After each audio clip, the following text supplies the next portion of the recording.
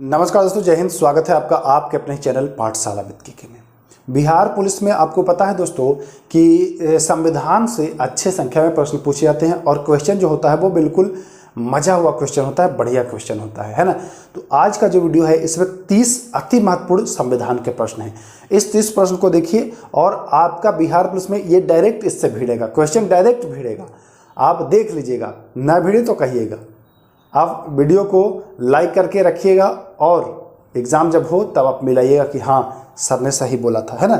तो इसमें मात्र 30 ही प्रश्न होंगे, लेकिन एकदम स्टैंडर्ड लेवल के होंगे। क्वेश्चन को आप देखने के बाद आप कहिएगा कि हाँ सर क्वेश्चन ऐसा पूछा जाता है। देखिए ये नहीं कि बहुत टफ पूछ दिया जाता है, एग्जाम आप लोग भी देते हैं, बहुत टफ भी नहीं क्वेश्चन पूछता है, लेकिन एक लेवल होता है, समझ वाला क्वेश्चन होता है।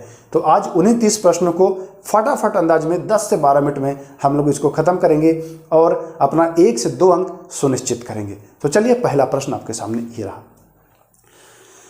इस संशोधन के द्वारा उच्च न्यायालय के न्यायाधीश की सेवा मुक्ति 60 से बढ़ाकर 62 वर्ष की गई है। वह कौन सा संविधान संशोधन है जिस संविधान संशोधन के द्वारा उच्च न्यायालय यानी हाई कोर्ट, जैसे पटना में हाई कोर्ट है तो पटना हाई कोर्ट के जो न्यायाधीश हैं उनके जो सेवा मुक्ति यानी रिटायरमेंट की जो उम्र है पहले 60 वर्ष रहती थी, अब 62 वर्ष कर दी गई।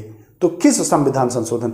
तो वह 15वां संविधान संशोधन वर्ष 1963, जी हाँ 1963 ही है, कोई कंफ्यूजन मत रखिए।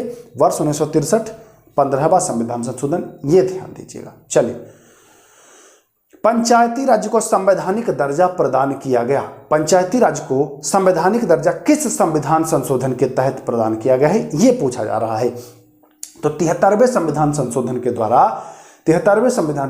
द्वारा पंचायती राज को एक संवैधानिक दर्जा प्राप्त हो गया है। बहुत बढ़िया प्रश्न है, ऐसे प्रश्न आपको एग्जाम में देखने को मिलेंगे। और मैं बार बार कहता हूं कि देखिए पढ़िए वहीं जहां सिलेबस के अकॉर्डिंग जो आयोग की डिमांड है, किस टाइप का क्वेश्चन पूछता है वहीं पढ़िए।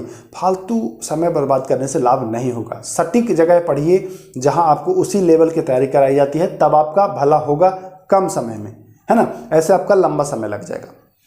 तीसरा, संसद में होने वाली अल्पकालिक चर्चाएं, इसकी शुरुआत कहाँ में हुई? संसद में जो अल्पकालिक चर्चाएं होती है वह भारत से ही शुरू हुई है और वर्ष 1953 में ही इस प्रथा की शुरुआत हुई है, अल्पकालिक चर्चाएं। तो अगर आपसे पूछ दिया जाए कि अल्पकालिक चर्चाएं की शुरुआत वर्ष 1953 में हुई किस देश से, तो भारत ही इसका शुरुआत करने वाला है। चौथा नंबर, अशोक मेहता। देखिए ये बहुत इंपॉर्टेंट है और इसमें फंसते हैं लोग। अशोक मेहता समिति का गठन, अभी कभी आपको लगेगा कि 1957 है या 1977 है, तो याद रखिएगा अशोक मेहता तो 1977 है। ध्यान दीजिएगा, अशोक मेहता 1977, ये चीज ध्यान देना है। अशोक मेहता 1977। अब आ गया बलवंत राय मेहता समिति। देखिए यहां पर आपको समझने के लिए मैं बता रहा हूं, अशोक मेहता को आप ए से लिखेंगे, बलवंत को आप बी से लिखेंगे, ठीक है ना। अशोक मेहता जो है वो 1977 में है और बलवंत राय मेहता है वो 57 में है। बी बाद में आता है लेकिन यहाँ पहले आ गया है, ये पहले आता है लेकिन यहाँ बाद में आया है। तो इस कॉन्सेप्ट को अगर दिमाग में बैठाएंगे तो आपका क्लियर हो जाएगा। बी बाद में आता है लेकिन ईस्वी में पहले आता है, ए पहले आता है लेकिन यहाँ ईस्वी में बाद में आता है। तो अशोक मेहता 1977 और बलवंत राय मेहता की बात करें तो 1957। चलिए 6 नंबर सवाल, एल एम सिंधवी समिति का गठन, ये सारे पंचायती राज से हैं जो समितियां बता रहा हूं। तो एल एम सिंधवी का गठन 1986, ये भी ध्यान देना है आपको। 73वां संविधान संशोधन कब हुआ था जिससे संवैधानिक दर्जा प्राप्त हुआ पंचायती राज को? तो यह 73वां संविधान संशोधन वर्ष 1993 में 24 अप्रैल को हुआ था, ये भी ध्यान देना है, तारीख भी। 8 नंबर सवाल, पंचायती राज का शुभारंभ, तो 2 अक्टूबर 1959 को पंचायती राज का शुभारंभ हुआ। अच्छा एक क्वेश्चन आप बताइए कि पंचायती राज का शुभारंभ किस राज्य से हुआ है? सबसे पहले किस राज्य से हुआ है आप कमेंट करिए। मैं आपको ऑप्शन देता हूं, राजस्थान, आंध्र प्रदेश, कर्नाटक या तेलंगाना। राजस्थान, आंध्र प्रदेश, कर्नाटक या तेलंगाना, 4 ऑप्शन आपके सामने हैं। अब आप कमेंट करिएगा। किसे भारत में स्थानीय स्वशासन का पिता कहा जाता है? किसे भारत में स्थानीय स्वशासन का पिता कहा जाता है? तो लॉर्ड रिपन को, जी हाँ लॉर्ड रिपन को भारत में स्थानीय स्वशासन का पिता कहा जाता है, ध्यान देना है। लॉर्ड रिपन को स्थानीय स्वशासन का पिता कहा जाता है। चलिए 10 नंबर सवाल, संघ की आधिकारिक भाषा देवनागरी लिपि में लिखी गई हिंदी होगी। संघ की जो आधिकारिक भाषा वह होगी हिंदी, लेकिन कौन सी हिंदी? जो देवनागरी लिपि में लिखी। ऐसा हुबहू लिखा हुआ है संविधान के किस अनुच्छेद में है? तो यह 43 अनुच्छेद में है कि जो है संघ की आधिकारिक भाषा देवनागरी लिपि में लिखी गई हिंदी होगी। यह 343 अनुच्छेद में ऐसा बताया गया है। 11 नंबर सवाल देखिए, अब प्रश्न जो है वो समझ वाला प्रश्न है, इसको मिटा देते हैं।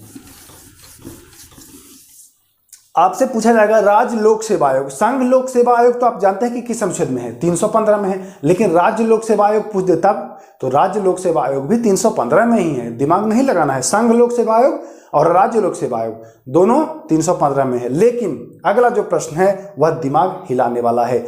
आपको पता है कि वित्त आयोग किस अनुच्छेद में है? तो आप बताएंगे सर 280 में है। लेकिन अगर आपसे पूछ दे कि राज्य वित्त आयोग किस अनुच्छेद में है, तब तो राज्य वित्त आयोग जो है वह 243 आई। जी हाँ, आई, ये वाला आई, ABCD वाला आई ध्यान रखिएगा।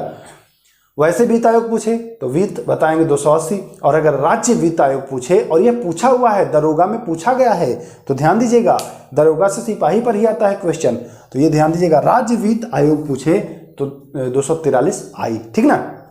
अब एक और बनता है, जैसे आपसे पूछा जाता है कि निर्वाचन आयोग, तो आप बताते हैं कि निर्वाचन आयोग जो है वो 324 में है। निर्वाचन आयोग 324 में है। लेकिन यहां पर फंसाएगा आपसे कि राज्य निर्वाचन आयोग।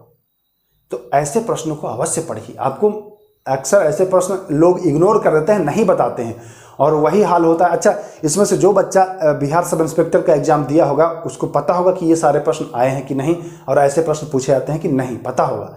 तो राज्य निर्वाचन आयोग की बात की जाए तो 243 के, और अगर खाली निर्वाचन आयोग पूछे तो 324। ये दोनों चीज आपको ध्यान देना है।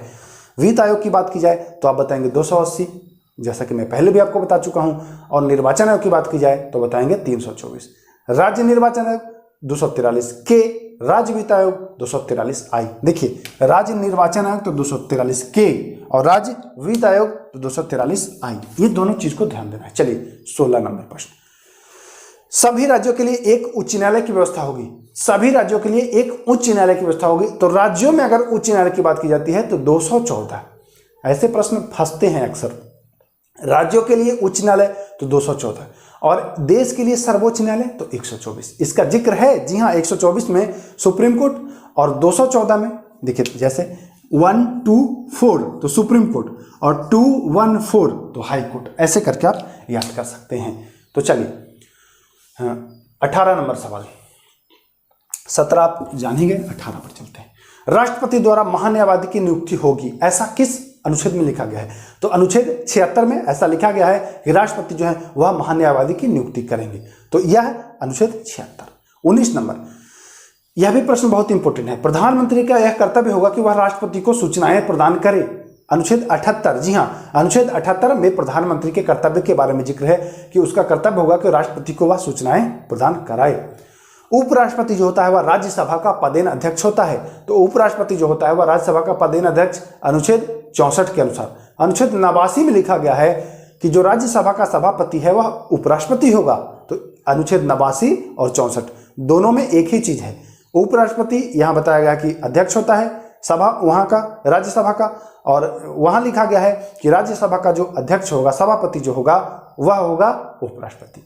हालांकि राज्यसभा में अध्यक्ष नहीं होता है, सभापति होता है, लेकिन जो काम है वह जैसे यहाँ अध्यक्ष जो कार्य करते हैं वहां उनका वही काम है। तो ये चीज ध्यान दीजिएगा। चलिए हाँ 21, संयुक्त अधिवेशन का प्रावधान किस अनुच्छेद में है? तो संयुक्त अधिवेशन 108। संयुक्त अधिवेशन जो है अनुच्छेद 108। अब तक 3 बार संयुक्त अधिवेशन बुलाया गया है। किस किस वर्ष बुलाया गया है आप जरा कमेंट करिए। वर्ष 1960-61, 1978 और 2002, इन तीनों वर्ष जो है वह बुलाया गया। देखिए अगला प्रश्न आ ही गया है। संयुक्त अधिवेशन 3 बार, 60-61, 78 और 2002। 23 नंबर सवाल, मूल अधिकारों के परिवर्तन के लिए उच्च न्यायालय को लेख जारी करने की शक्ति है। मूल अधिकारों के अगर मूल अधिकारों पर कोई बात आती है तो उच्च न्यायालय आपके लिए रीट जारी कर सकता है अनुच्छेद 226 के तहत, और सुप्रीम कोर्ट रीट जारी करता है वह अनुच्छेद 32 के तहत। तो ये दोनों ध्यान देना है, हाई कोर्ट और सुप्रीम कोर्ट। हाई कोर्ट की बात की जाए 226, सुप्रीम कोर्ट की बात की जाए तो अनुच्छेद 32। चलिए आगे 24 नंबर सवाल, अंतर्राज्य परिषद की बैठक जो होती है वर्ष में कितनी बार होती है? तो अंतर्राज्य परिषद की जो बैठक होती है वर्ष में 3 बार होती है। कितनी बार? 3 बार। अंतर्राज्य परिषद की बैठक जो होती है वह वर्ष में 3 बार होती है, ध्यान देना है आपको। चलिए विधानसभा में निर्वाचित होने के लिए न्यूनतम आयु कितनी है? बहुत इजी सवाल है। विधानसभा की बात की जाए तो कितने वर्ष? तो विधानसभा के लिए मात्र 25 वर्ष। विधानसभा के 17 जी हाँ, विधानसभा के 17 के आदेश दिए जाते हैं। विधानसभा के 17 के जो आदेश दिए जाते हैं वह राज्यपाल के द्वारा दिए जाते हैं। किसके द्वारा? राज्यपाल के द्वारा दिए जाते हैं। तो ये भी आपको ध्यान। 27 नंबर सवाल, राज्य के उच्च न्यायालय में न्यायाधीशों की नियुक्ति, राज्य के उच्च न्यायालय में न्यायाधीशों की नियुक्ति के संबंध में राष्ट्रपति को परामर्श देता है कौन? तो राज्यपाल देता है। अनुच्छेद 217 के अनुसार ऐसा परामर्श राज्यपाल राष्ट्रपति को देता है उच्च न्यायालय के न्यायाधीशों की नियुक्ति के संबंध में। 28 नंबर, इलाहाबाद उच्च न्यायालय का खंडपीठ कहाँ में है? बहुत बढ़िया प्रश्न है और यह पूछा भी गया है।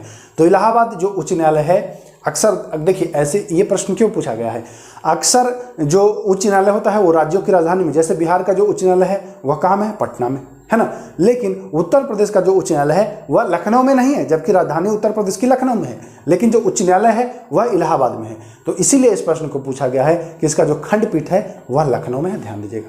राज्य का महाधिवक्ता जो है वह किस अनुच्छेद में है?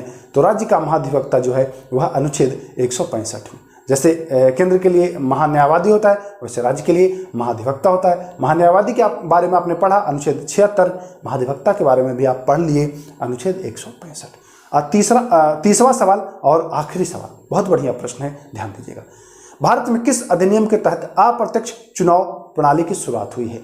भारत में किस अधिनियम के तहत अप्रत्यक्ष चुनाव प्रणाली की जो शुरुआत हुई है उसको पूछा गया है। तो 1892 भारतीय परिषद अधिनियम के तहत यह चुनाव प्रणाली की शुरुआत हुई है। जी हाँ, 1892 भारतीय परिषद अधिनियम के तहत भारत में अप्रत्यक्ष चुनाव प्रणाली की जो शुरुआत हुई है, तो इसको ध्यान देना है। तो यह 30 प्रश्न थे जो अति महत्वपूर्ण थे आपके लिए बिहार पुलिस की। अगर आप तैयारी कर रहे हैं तो इन प्रश्नों को जरूर देखिएगा। और हाँ, फिर मैं बात कर लूँ कि इसका PDF आपको कहाँ से मिलेगा। तो PDF के लिए आपको हमारे टेलीग्राम से जुड़ करके और निःशुल्क PDF प्राप्त कर लीजिएगा। कोई चार्ज नहीं लगता है। PDF मैं इसलिए देता हूँ, हर वीडियो में बताता हूँ आपको कि आप आखिरी समय में, कम समय में रिविजन कर सकें। मैं उम्मीद करता हूँ वीडियो आपको अच्छा लगा होगा, पसंद आया होगा। अगर वीडियो अच्छा लगे तो लाइक जरूर करिएगा, और अगर किसी प्रश्न में कोई संभावना है या कोई संदेह है तो कमेंट जरूर करिएगा। मिलेंगे नेक्स्ट वीडियो में। नमस्कार, जय हिंद।